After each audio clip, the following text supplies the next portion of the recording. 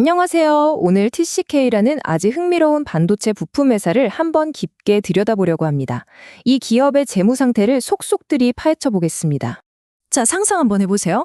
빚은 하나도 없고 매출은 역대 최고치를 찍었는데 어딘가 좀 이상한 신호가 보인다?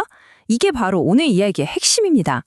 겉보기엔 완벽한 이 회사에 대체 무슨 일이 벌어지고 있는 걸까요? 자, 그럼 먼저 TCK가 대체 어떤 회사인지부터 알아봐야겠죠?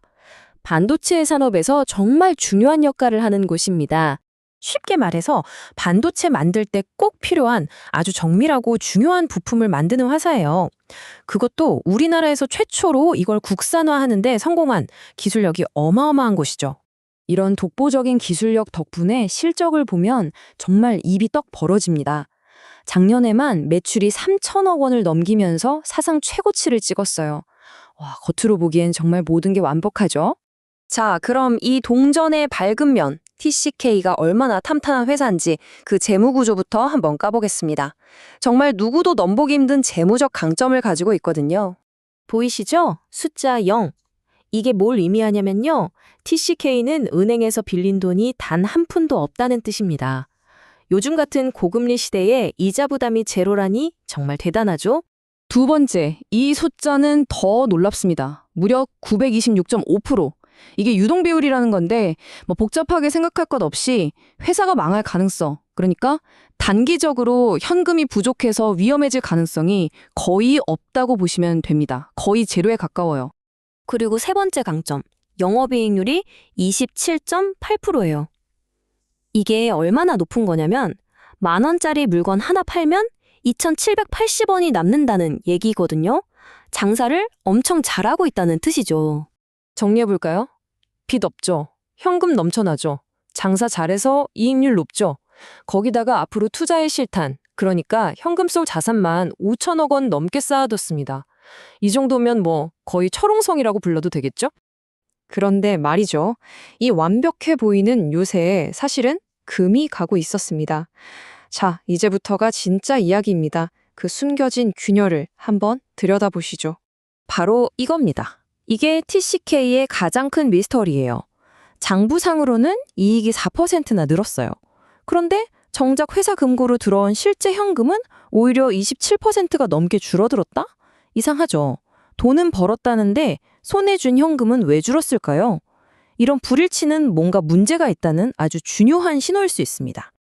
자, 이 표를 보면 문제가 한눈에 들어옵니다.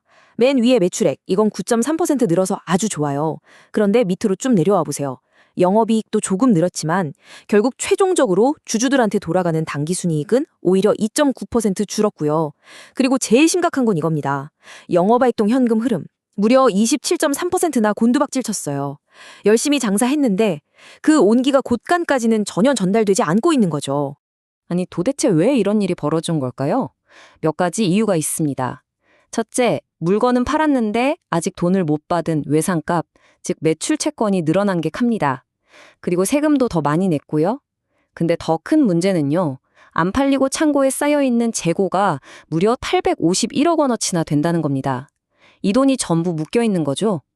마지막으로 환율 변동 위험도 무시할 수 없는 부분이고요.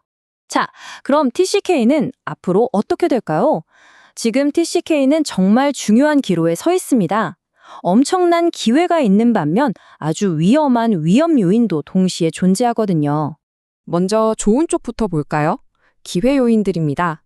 반도체 기술이 점점 더 발전할수록 TCK가 만드는 초정밀 부품은 더 많이 필요해질 수밖에 없어요. 이건 구조적인 성장 동력이죠. 게다가 차세대 제품 개발도 잘 되고 있고 안성에 공장도 새로 지어서 생산량도 늘릴 준비를 마쳤습니다. 성장 가능성은 아주 커 보입니다. 하지만 그림자도 분명히 있습니다. 가장 큰 건 매출이 단 4개 회사에 거의 다 몰려 있다는 거예요.